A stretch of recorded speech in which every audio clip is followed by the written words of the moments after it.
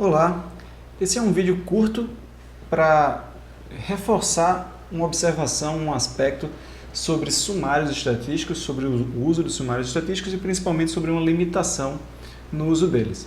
Existe um exemplo que eu acho muito bom e que eu faço questão de sempre mostrar a respeito disso e eu queria mostrar esse exemplo para vocês agora rapidamente aqui no RStudio. Então estou, como sempre, carregando o Tidyverse e um pacote novo que eu já explico aqui embaixo. Mas o principal desse pacote que nós vamos usar é um conjunto de dados com esse nome aqui. Se a gente olha qual é a cara desse conjunto de dados, ele é uma tabela com 3 colunas, uma coluna que dá o nome de um dataset, um conjunto de dados, uma coluna com X e com um Y. É um conjunto de dados sintético, tá? Usado para fins didáticos.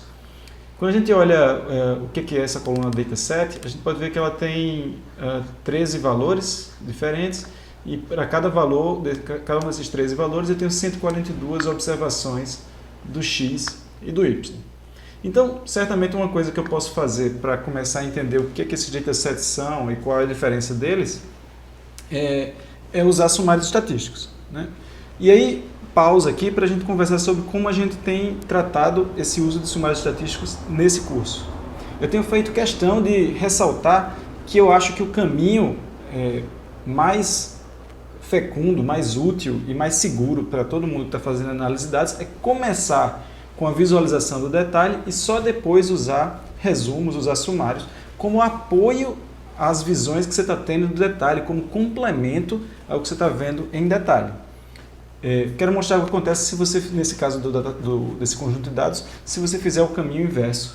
Então, isso vai me ajudar com sorte, de convencer mais e mais de sempre usar a visualização como início de análise.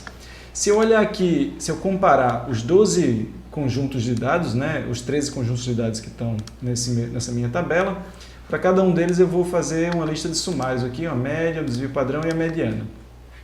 E aí, olha o que acontece, né? Eu vou ter aqui, o resultado daquilo vai ser uma tabela com uma linha por dataset, que eu agrupei por dataset, e com a média, o desvio padrão e a mediana calculada para o X e para o Y. Está aqui na tela agora, então você consegue ter um resumo, consegue ter 3 resumos, né, de cada uma das duas variáveis para você comparar esses 13 datasets. E aí, se você estiver comparando, espero que você esteja batendo o olho aqui e vendo o mesmo que eu, você vai ver que essencialmente, se você olha a média de todos esses datasets, do X de todos esses datasets, eu vejo que ela é igual pelo menos até a segunda casa decimal. A mediana é muito parecida também, até a segunda casa decimal ela é igual também. O desvio padrão, mesma coisa.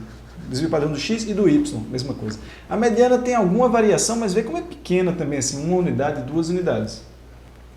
Esse exemplo serve para a gente ver como sumários dessas... se eu começo pelo sumário, a informação que eu vou ter de comparação desses 13 conjuntos de dados é que eles são essencialmente idênticos. Tá? Isso é verdade. Olhando os resumos são essencialmente idênticos. Agora vamos fazer um outro passo e vamos olhar, não o resumo, mas vamos comparar esses 13 conjuntos de dados em visualização. Se eu visualizo os 13 conjuntos, né, com a variável x e o y aqui num gráfico de dispersão, que é o que a gente tem usado principalmente para analisar, dá para analisar a distribuição de x, de y e a correlação das duas rapidamente, olha quão distintos são esses 13 conjuntos de dados. Tá? Eu tenho conjuntos de dados onde não existe uma relação entre o x, quer dizer, a relação entre o x e o y ela é esse formato circular com bastante ruído, circular sem ruído, essa circle aqui, circular um formato de um olho, esses 9 conjuntos de pontos, uma estrela, um X, todos esses conjuntos aqui de dados, eles têm sim o mesmo valor da média de X, o mesmo valor da média de Y, desvio padrão de X, desvio padrão de Y e medianas de X e Y muito semelhantes, não são idênticas, mas são semelhantes. Tá? Pelos sumários, esses são conjuntos de dados equivalentes.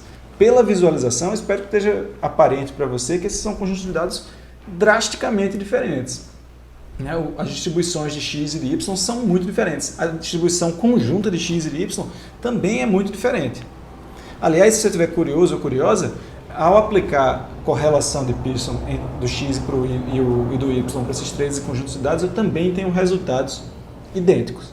Tá? Então, esse seria um outro sumário que também não me ajudaria a distinguir esses conjuntos de dados. O que ajuda a distinguir, o que ajuda a perceber essa riqueza de detalhes aqui é a visualização. A visualização não permite rapidamente saber que a média, né, dos 13 conjuntos de dados do X, por exemplo, é equivalente ou é igual. Para isso eu preciso do sumário. Mas sem a visualização, o sumário seria muito limitado, assim como a visualização também é limitada sem os sumários. Tá? Essas duas coisas se complementam. Esse é um exemplo para reforçar a importância de ambas as coisas, mas principalmente da visualização, que tipicamente é menos falada e menos comentada em análise de dados numérica e em estatística. Eu queria ressaltar a importância dessas duas coisas para o processo de análise.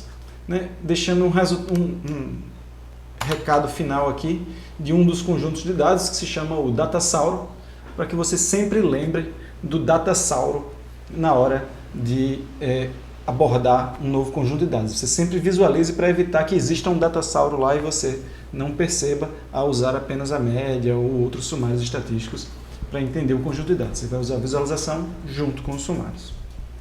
Créditos a quem é devido. Esses 13 conjuntos de dados aqui foram criados por uma equipe da Adobe, um projeto de pesquisa para criar conjuntos de dados sintéticos com o mesmo conjunto de sumários, com o conjunto de sumários equivalente, e assim demonstrar, criar situações de demonstração do uso de visualização, do propósito, do valor da visualização na análise de dados. Um projeto de pesquisa que cria conjuntos de dados sintéticos com desenhos arbitrários e mostra que isso é possível mantendo os sumários fixos. Vou colocar o link na descrição do vídeo aqui para quem quiser ter mais informações sobre isso. Esse vídeo fica por aqui com a imagem do Datasauro e nós nos vemos no próximo vídeo em breve. Até lá!